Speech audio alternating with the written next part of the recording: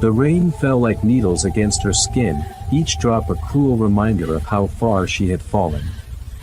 Sophia clutched her swollen belly with trembling hands, her back pressed against the cold brick wall of an abandoned building in the darkest part of Seoul. Blood mixed with rainwater trailed down her legs as another contraction ripped through her body, stealing the air from her lungs. She screamed, but the storm swallowed her voice whole. Abandoned. Betrayed. Left to die on Christmas Eve by the man who had promised to love her forever. Her vision blurred as she saw headlights approaching through the rain. A sleek black car. She pushed herself forward, stumbling into the middle of the street, waving her arms desperately. The car screeched to a halt inches from her body. Through the windshield, she locked eyes with the most terrifying man she had ever seen. His jaw was sharp enough to cut glass, his eyes cold and calculating, and a jagged scar ran from his left eyebrow down to his cheekbone.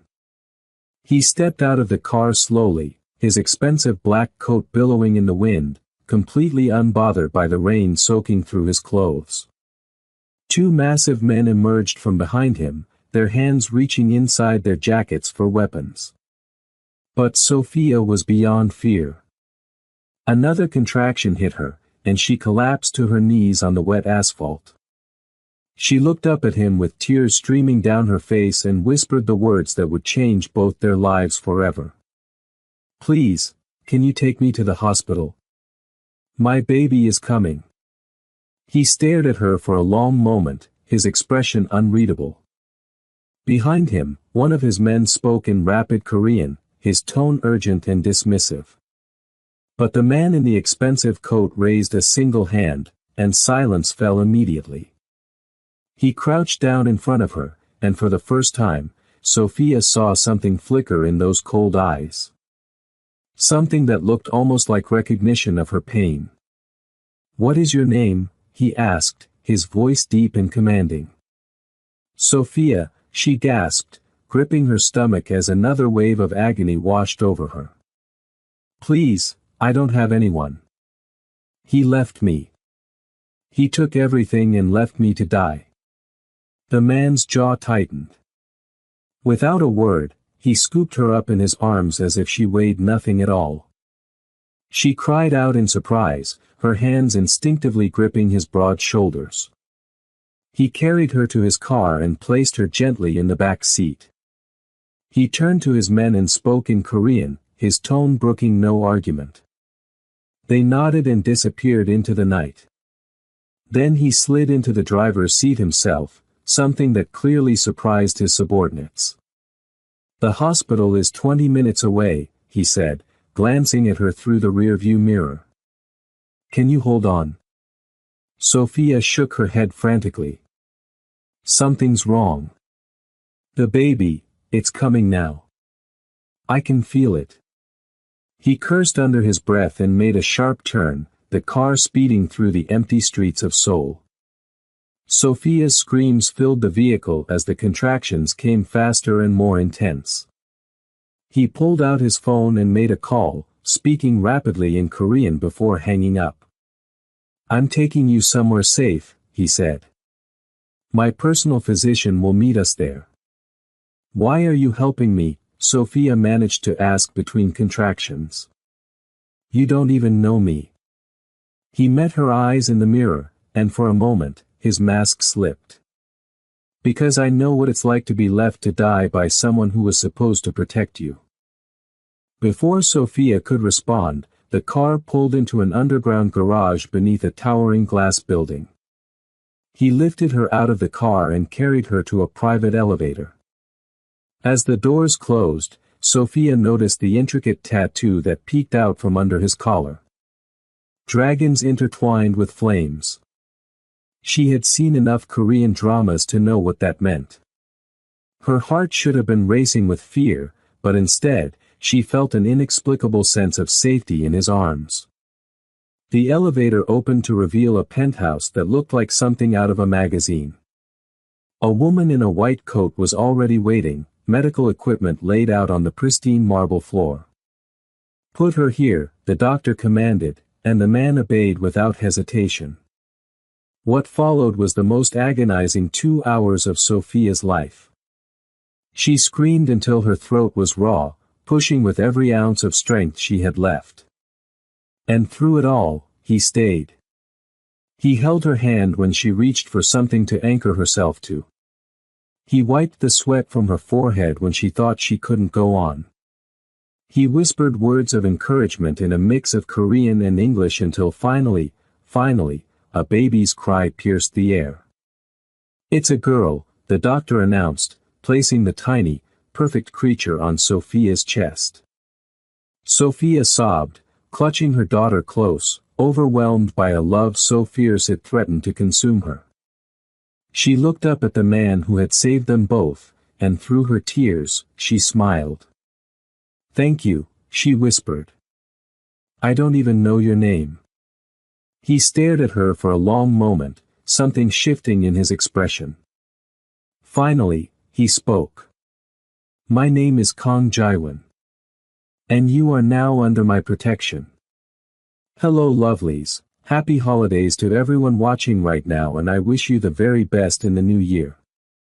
I am so grateful that you chose to spend part of your celebration with me and this story. Whether you are watching this with family, friends, or enjoying some peaceful alone time, I hope this season brings you nothing but joy and love. Now, let's continue this incredible journey together because trust me, things are about to get intense. 3 weeks passed, and Sophia found herself living a life she could never have imagined. Jaiwan had given her an entire wing of his penthouse, complete with a nursery for baby Hope, named for the feeling that had filled Sophia's heart the moment she held her daughter. Servants attended to her every need. She wanted for nothing. But she was not naive. She had seen the men who came and went at all hours. She had heard the hushed conversations that stopped the moment she entered a room. She knew exactly who Kang Jaiwan was. The Crimson Dragon. Head of the most powerful mafia organization in South Korea. Yet he had never been anything but gentle with her. He checked on her daily, his visits growing longer each time. He held Hope with a tenderness that seemed impossible for a man of his reputation. And sometimes, Sophia caught him looking at her in a way that made her breath catch in her throat. One evening, she found him on the rooftop terrace, staring out at the glittering Seoul skyline. She approached quietly, but he sensed her presence immediately. "You should be resting," he said without turning around. "I couldn't sleep," Sophia admitted, coming to stand beside him. "I keep thinking about everything that happened. About how I ended up here." Jaiwan turned to face her, his expression curious. "Tell me about him. The man who abandoned you." Sophia's hands clenched at her sides. "His name is Marcus. We were together for 3 years. I gave up everything for him. My family in Ghana, my education, my dreams. I followed him to Seoul because he said he had a business opportunity here." She laughed bitterly. The business opportunity was another woman. A Korean heiress whose family could advance his career. Jaiwan's jaw tightened. "Where is he now?" "I don't know. The last time I saw him, he was throwing my belongings out of our apartment.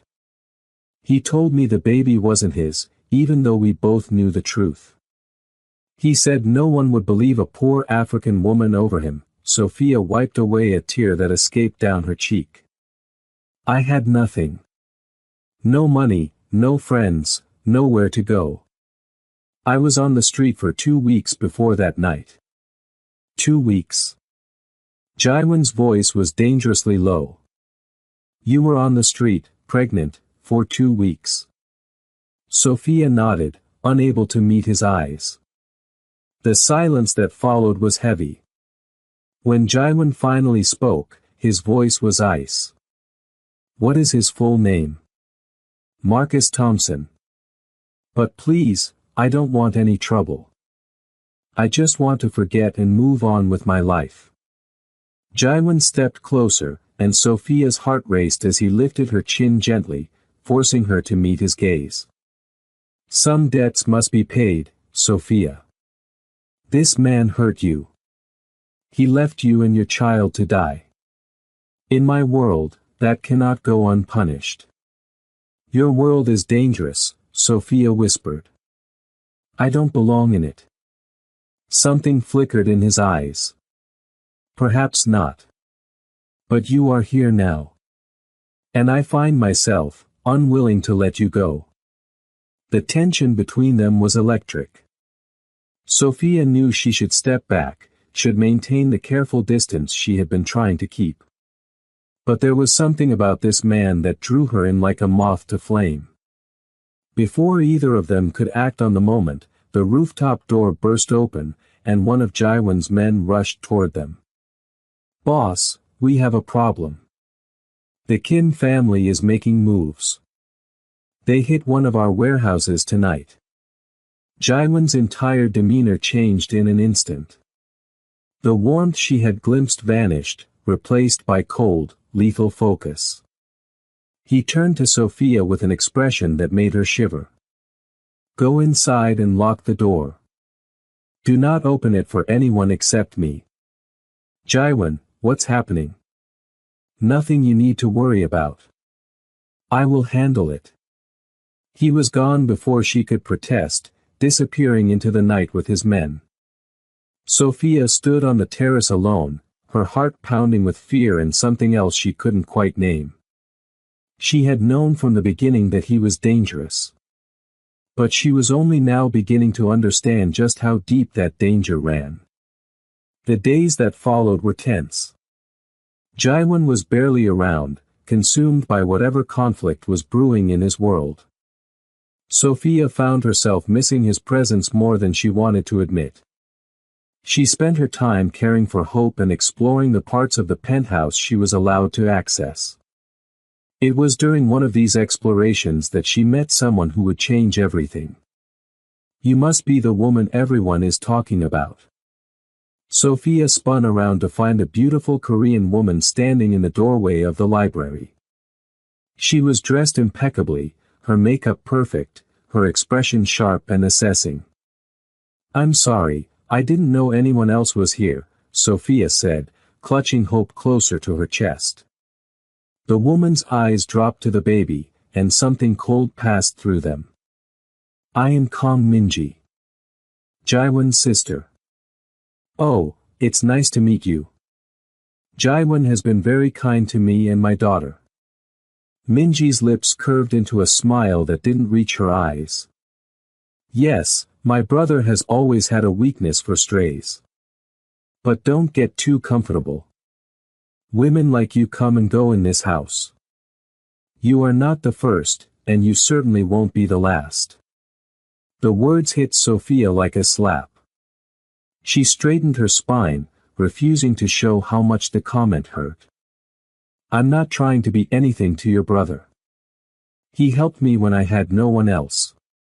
That's all. Minji laughed, a brittle sound. Is that what you tell yourself? I've seen the way you look at him. But let me make something clear. She stepped closer, her voice dropping to a venomous whisper. Jaiwan is destined for great things. An alliance with the Park family is already being negotiated.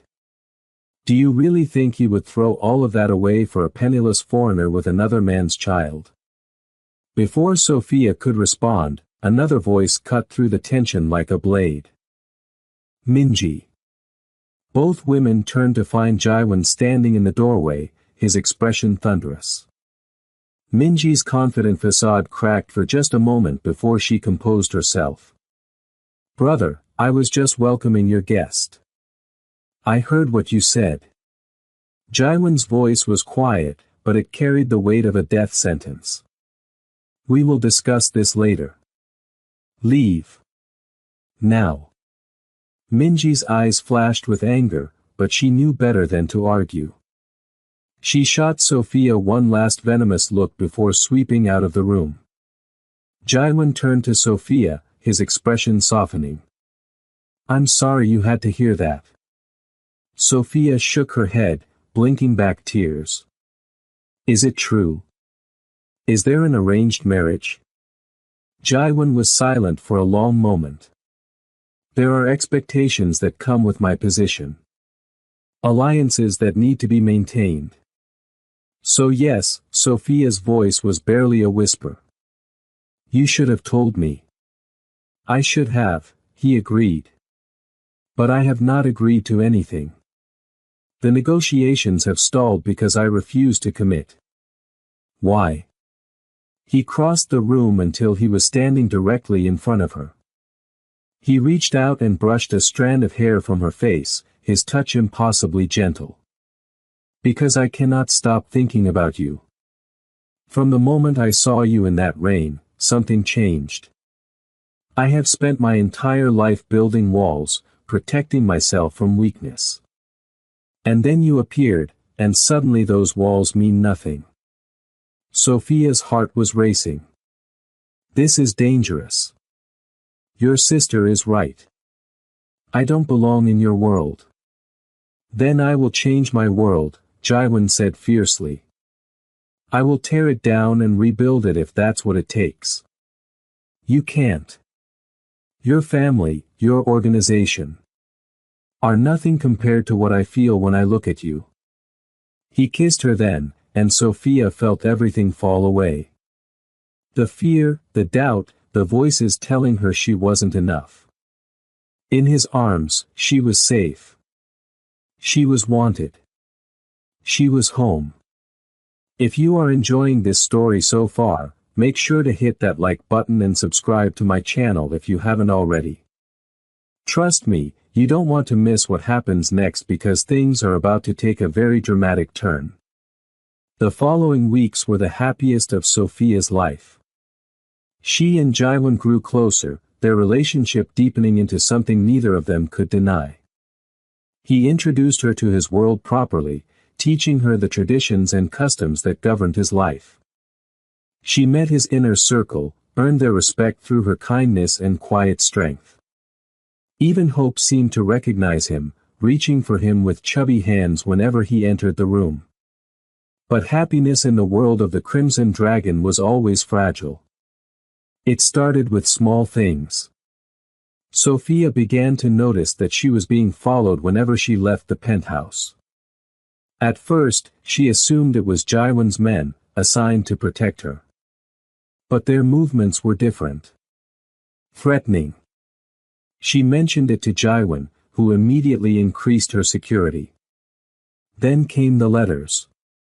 Anonymous notes slipped under her door, each one more disturbing than the last. You don't belong here.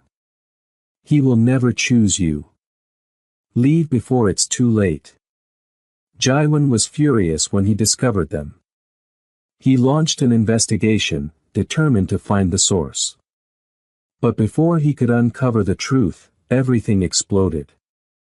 It was a Tuesday evening when Marcus walked back into her life.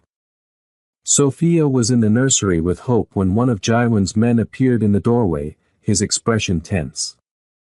There's someone here to see you. He says he's the father of your child. Sophia's blood ran cold. What? No. Tell him to leave. He's refusing. And he has papers. Legal documents claiming custody rights. Her legs nearly gave out beneath her. She handed Hope to her nanny and walked to the main living area on trembling legs. There he was. Marcus Thompson. Looking just as handsome and just as cruel as the day he threw her onto the street. Hello, Sophia, he said with a smile that made her skin crawl. Miss me? What are you doing here? How did you find me? Oh, finding you was easy. You've been all over the news, you know. The mysterious woman living with Kong Jaiwan. Everyone is talking about it. He circled her like a predator assessing prey. I have to admit, I'm impressed. I never thought you had it in you to catch a fish this big. Get out, Sophia hissed. You have no right to be here. Actually, I have every right. He waved the papers in his hand. I'm Hope's father. Which means I have paternal rights. And I'm here to claim them. You abandoned us. You left us to die on the street. That's your version of events. Marcus shrugged. My lawyers have a different story. One about a hysterical woman who ran away when our relationship ended. One about a father desperately searching for his missing child. Sophia was shaking with rage. No one will believe that. Won't they? I'm a respectable businessman. You're, well, what are you exactly? A homeless woman who somehow ended up in a mob boss's bed? He leaned closer, his breath hot on her face. The courts might have some questions about that. Before Sophia could respond, the door slammed open, and Jaiwan strode in. His expression was murderous, his men flanking him on either side. Marcus actually took a step back, his smug confidence wavering for the first time. You must be the man who left the mother of his child to die in the rain, Jaiwan said, his voice terrifyingly calm. Marcus recovered quickly, straightening his tie with practiced ease. I must be the man whose parental rights you're interfering with. I wonder what the authorities would think about that. The authorities in this city answer to me. Maybe. But public opinion is a different matter. Marcus smiled. I've already contacted the press. By tomorrow, everyone will know that the notorious Kong Jaiwan is holding a child hostage, preventing a loving father from reuniting with his daughter. Jaiwan's hands clenched into fists, but he remained still. What do you want? What I've always wanted. Money. Power. Opportunity. Marcus's mask of civility slipped, revealing the greed beneath. 200 million won, and I'll disappear. I'll sign over all parental rights. You'll never hear from me again. You're blackmailing me. I prefer to think of it as negotiating. The room was thick with tension. Sophia looked between the two men, her heart breaking. This was her fault. She had brought this chaos into Jaiwan's life. I'll give you 48 hours to get me the money, Marcus said, heading for the door. After that, I go to the press. And trust me, they'll eat this story alive. He was gone before anyone could stop him. Sophia collapsed onto the sofa, tears streaming down her face. Jaiwan was at her side in an instant, pulling her into his arms. I'm so sorry, she sobbed. This is all my fault. I should never have stayed. I should have left the moment I could walk. Stop.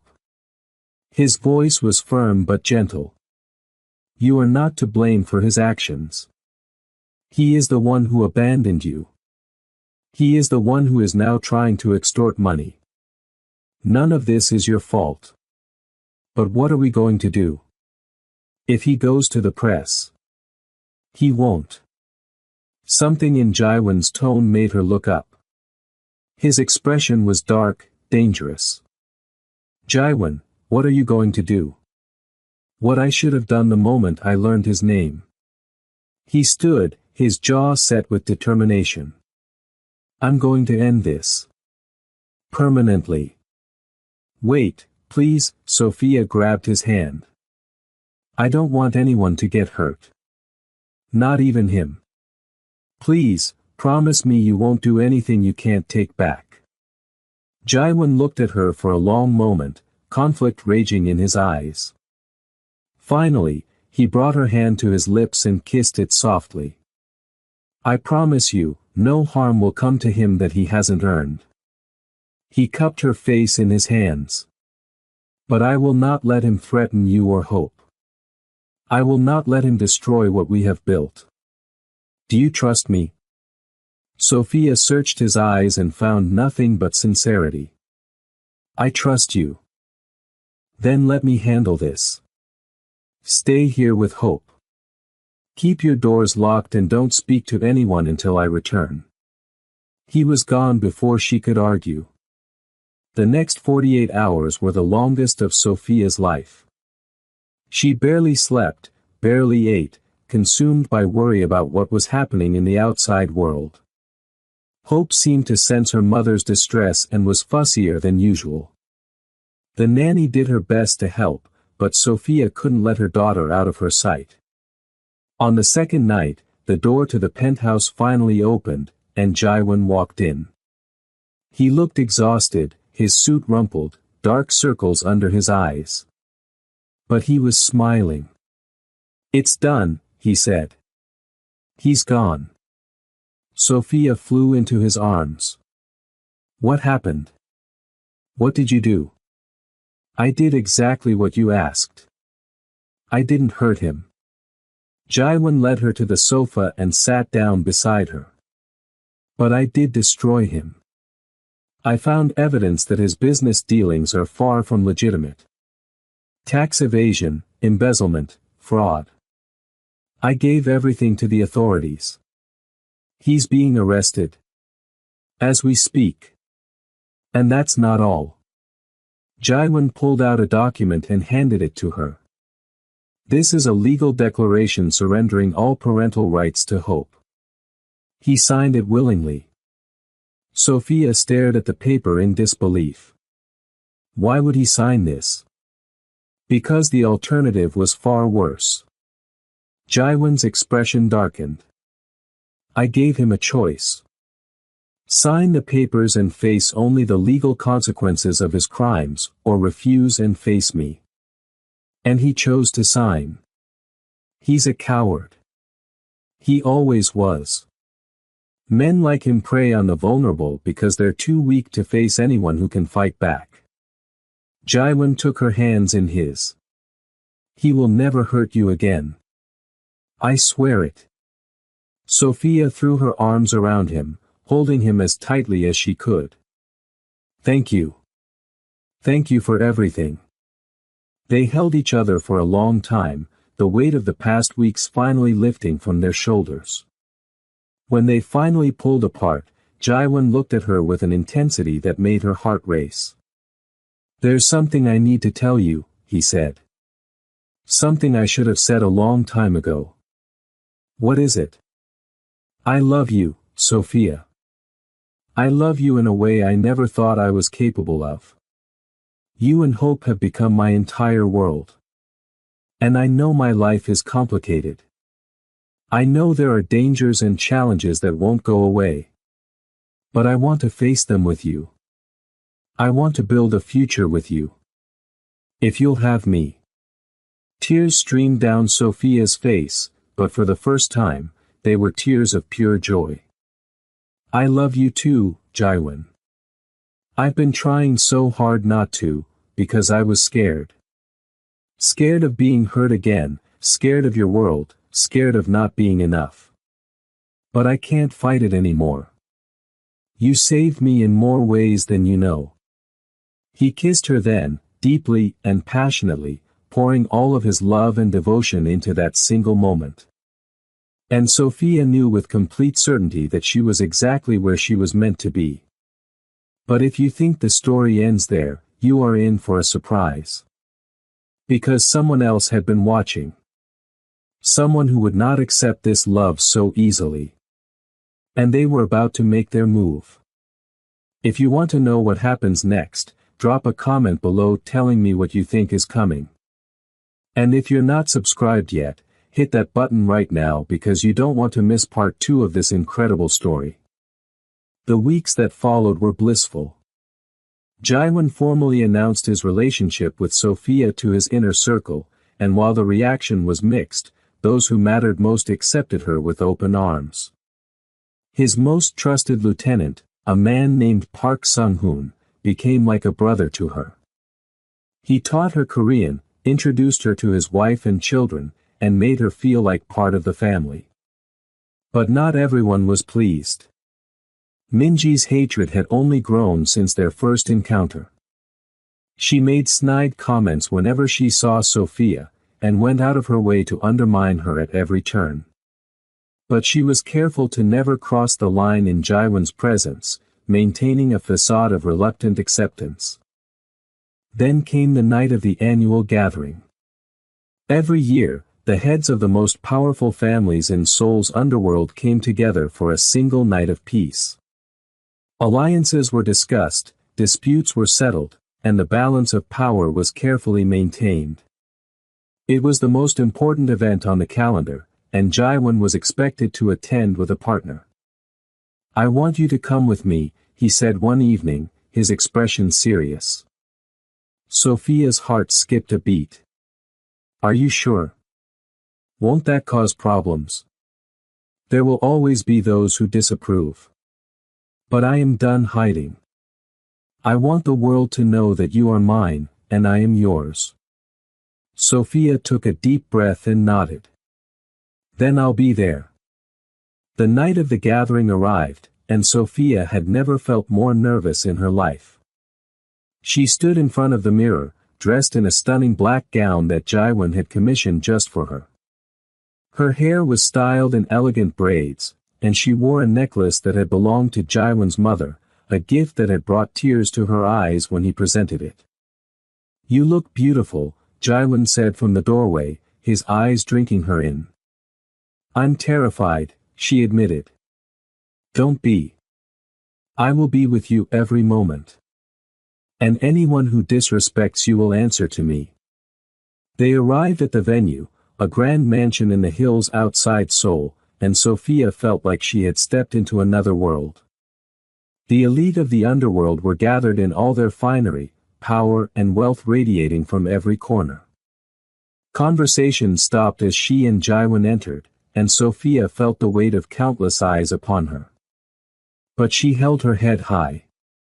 She had survived too much to be intimidated by stares. The evening proceeded smoothly, or so it seemed. Jaiwon introduced her to the other leaders, and while some were cold, others were surprisingly welcoming. One woman in particular, the head of the Lee family, took Sophia aside and spoke to her warmly. "You have a strength about you that I recognize," the woman said. "This world will try to break you. Don't let it." "I won't," Sophia promised. It was near midnight when everything went wrong. Sophia had stepped away to use the restroom when she was cornered by three women she didn't recognize. They blocked her path, their expressions cruel and mocking. "So you're the African woman who thinks she can become one of us," one of them sneered. "How pathetic." "Please excuse me," Sophia said calmly, trying to step around them. They didn't move. "You don't belong here," another one said. "You're an embarrassment. A stain on Jaiwon's reputation." "Do you think he actually loves you?" the third woman laughed. "You're just a plaything. A novelty. When he gets bored, he'll throw you away just like your precious Marcus did." Sophia's calm facade cracked. "You don't know anything about me. We know enough. We know you were homeless. We know you had a baby by another man. We know you're nothing but a gold digger who got lucky." Before Sophia could respond, a voice cut through the hallway like a whip. "Step away from her. Now." The women turned to find Minji standing behind them, her expression unreadable. For a moment, Sophia thought she was hallucinating. "Lady Kong, we were just," one of the women started. "I know exactly what you were doing. And if you don't want me to inform your family heads about your behavior, you will disappear immediately." The women practically fell over themselves to comply, scattering like cockroaches exposed to light. When they were gone, Minji turned to Sophia with an expression she couldn't read. "Surprised?" Minji asked. "Yes," Sophia admitted. Why did you help me? Minji was quiet for a long moment. Because I was wrong about you. What? I thought you were like the others. The women who throw themselves at my brother for his money and power. I thought you would use him and leave when things got difficult. Minji's voice softened. But I've been watching you. I saw how you stayed by his side during the conflict with the Kim family. I saw how you handled Marcus without falling apart. I saw how you love my brother, not for what he can give you, but for who he is. Minji. I'm not saying we're going to be best friends, Minji continued, a hint of her old sharpness returning. But I was wrong to treat you the way I did. And a Kong admits when she is wrong. She extended her hand. Truce. Sophia took her hand without hesitation. Truce. When they returned to the main hall together, Jaiwan's eyebrows nearly hit his hairline. But Sophia just smiled and took his arm, and for the rest of the evening, she felt like she could conquer the world. But the night was not done with its surprises. As the gathering was winding down, a commotion erupted near the entrance. Shouts and the sound of breaking glass shattered the elegant atmosphere. Jaiwan immediately pushed Sophia behind him, his men materializing from the shadows. A group of masked men burst into the hall, weapons drawn. The guests screamed and scattered as the attackers moved with deadly precision. Sophia watched in horror as they cut through the crowd, heading directly toward her and Jaiwan. Get her out of here, Jaiwan ordered his men. No, Sophia grabbed his arm. I'm not leaving you. This isn't a discussion. You're right. It's not. She looked at him with fierce determination. Wherever you go, I go. That's what partners do. There was no time to argue. The attackers were upon them. What followed was chaos. Jaiwan fought with a deadly grace that Sophia had never witnessed, taking down assailant after assailant. His men formed a protective circle around her, but the attackers were relentless. Then she saw him. One of the masked men, breaking through the line, his weapon aimed directly at Jaiwan's back. Without thinking, Sophia grabbed a heavy candlestick from a nearby table and swung with all her might. The metal connected with the attacker's head, and he crumpled to the ground. Jaiwan spun around, eyes wide with shock and something else. Pride, perhaps. Or maybe it was love. I thought I told you to stay behind me, he said. I thought I told you I'm not going anywhere, she shot back. The fight ended as quickly as it began. The remaining attackers were subdued or fled, and the chaos slowly settled. As Jaiwan helped Sophia navigate through the destruction, one of his men approached with a grim expression. Boss, we captured one of them. He's talking. And? The man hesitated. He says they were sent by the Park family. They're claiming you broke the alliance agreement. Jaiwan's expression turned to stone. The arranged marriage. Yes.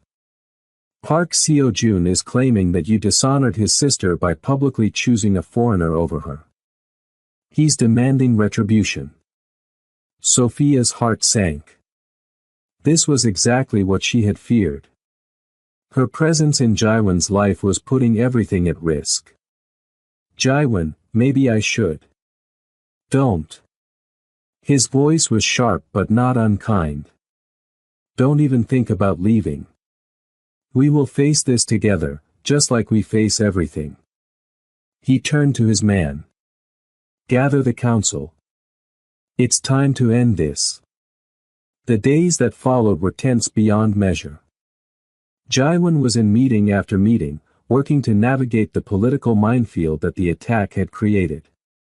Sophia threw herself into caring for Hope, trying not to worry about things she couldn't control. But the worry was constant. It was Sung-hoon who finally gave her answers. The Park family is powerful, but they made a mistake by attacking during the gathering, he explained. That violated the peace agreement that everyone relies on. The other families are not pleased. So they're on Jaewon's side. It's complicated. But yes, the tide is turning. Park Seo-joon overplayed his hand. Now he's scrambling to save face. Hope flickered in Sophia's chest. Does that mean this will end soon? If Jaewon plays his cards right, yes. But there's one more thing you should know. Sung-hoon's expression grew serious. The Park family is demanding a meeting. Face to face. And they specifically requested that you be present. Me? Why? They want to humiliate you. To prove that you're not worthy of standing beside a man like Jaewon. Sung-hoon's jaw tightened. But I know you, Sophia. I've seen your strength. I believe you can face them and win. The meeting was set for 3 days later. Sophia spent every waking moment preparing. She studied Korean customs, practiced her responses to every possible insult, and steeled herself for the confrontation ahead. Jaewon tried to reassure her, but she could see the tension in his shoulders, the worry in his eyes. On the day of the meeting, they arrived at a neutral location, a traditional Korean estate in the countryside. The Park family was already waiting. Park Seo-joon was a tall, imposing man with cold eyes and a cruel mouth. Beside him sat his sister, Park Yuna, the woman Jaewon was supposed to marry. She was beautiful in a sharp, calculated way, and she looked at Sophia with undisguised contempt. So this is the woman who stole my future husband, Yuna said, her voice dripping with disdain. I expected more. Sophia kept her expression neutral. With respect, you cannot steal something that was never truly offered. A murmur ran through the assembled witnesses. Yuna's eyes flashed with anger. How dare you speak to me that way? Do you have any idea who I am? I know exactly who you are. And I know that your value to your family lies in what you can bring through marriage, not in who you are as a person. That's not my fault. That's your family's failure. The room went silent.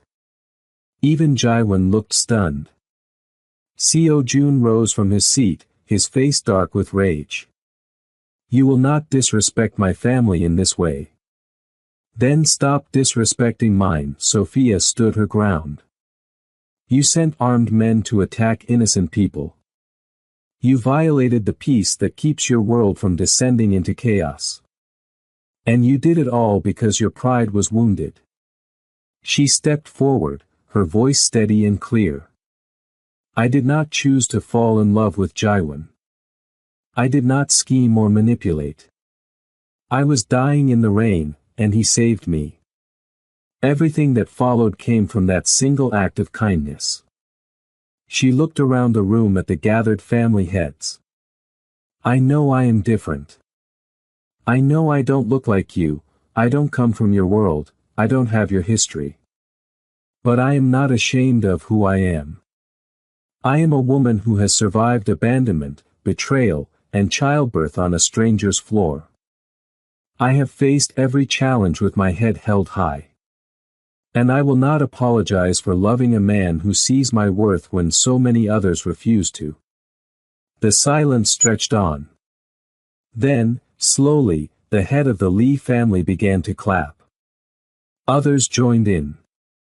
Not everyone, but enough. Enough to shift the balance of power in that room. Seo-joon looked around in disbelief as his support crumbled. He opened his mouth to speak, but Jaewon cut him off. This ends now, Jaewon said, his voice commanding. You attacked my family. You endangered innocent lives. By the laws that govern us all, you have forfeited your right to demand anything. You can't do this, Seo Jun sputtered. Watch me.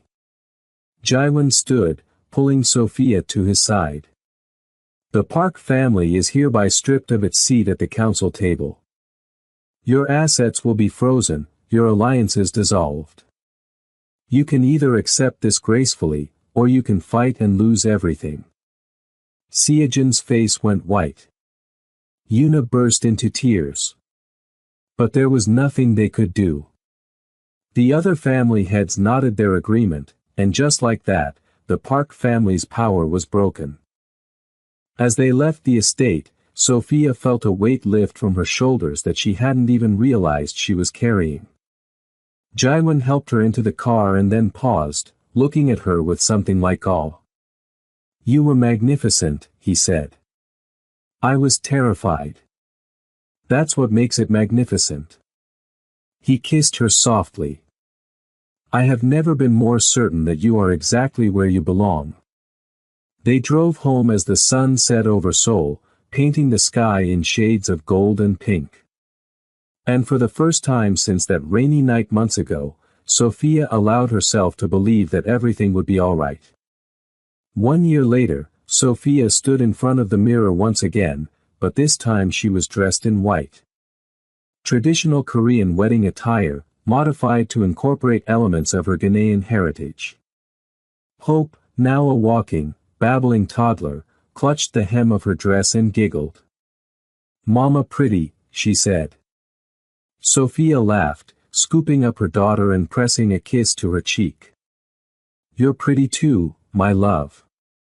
There was a knock at the door, and Minji entered, looking stunning in a deep purple hanbok.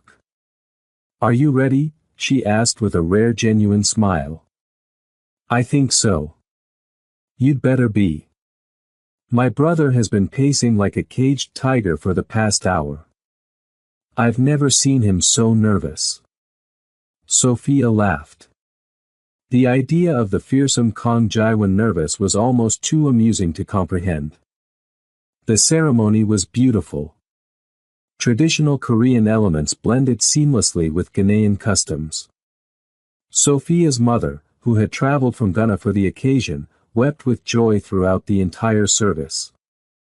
Jaiwan's eyes never left Sophia's face as she walked toward him, and when they exchanged vows, his voice broke with emotion.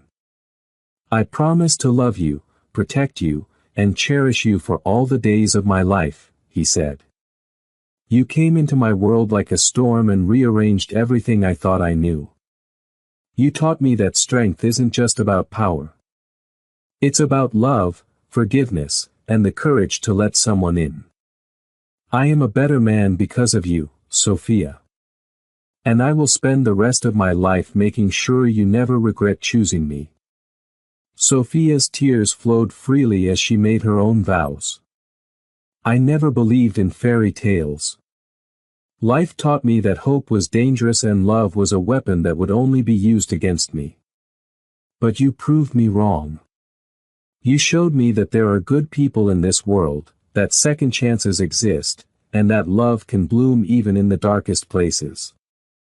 I promise to stand by your side through every storm, to love our daughter and any future children with everything I have, and to remind you every single day that you are worthy of all the love in the world. They sealed their vows with a kiss that seemed to last forever, and the crowd erupted in cheers.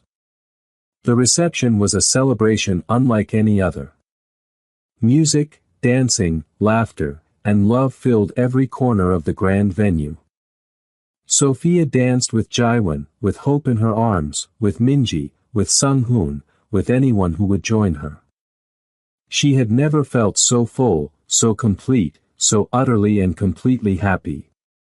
As the night wound down, Jaiwan pulled her aside to a quiet balcony overlooking the garden. Are you happy? He asked softly. She looked at him, at this man who had changed her entire life. More than I ever thought possible. Good. He pulled something from his pocket. I have one more gift for you. It was a key, ornate and golden, attached to a delicate chain. What does it open? A house. Our house. I had it built on the hill overlooking the city. A place for us, for hope, for the family we're going to build together. He pressed the key into her palm. A place where you will always be safe, always be loved, always be home. Sophia threw her arms around him, overcome with emotion. I love you, Kang Jaiwan. I love you so much. And I love you, Sophia Kang. He held her close, his lips brushing her ear. My wife. They stood together on the balcony, watching the stars twinkle above Seoul. Below them, their guests celebrated. Somewhere inside, Hope was being doted on by more aunties and uncles than she knew what to do with. And ahead of them lay a future full of possibilities, challenges, and adventures. But they would face it all together. Because that is what family does. Thank you so much for watching until the end of this story. It means more than you know that you chose to spend your time with me. If this story touched your heart, please leave a comment below letting me know your favorite part. Was it the first meeting in the rain? The confrontation with Marcus? The speech at the park family meeting? I want to hear from you. And if you haven't already, please hit that subscribe button and turn on notifications so you never miss a new story. I have so many more tales of love, drama, revenge, and romance waiting for you. Share this video with someone you love, and remember that no matter where you are in life, no matter how dark things seem, your story is not over. Your happily ever after could be just around the corner. Until next time, take care of yourselves and each other. Wishing you the best in the new year and happy holidays once again. I love you all.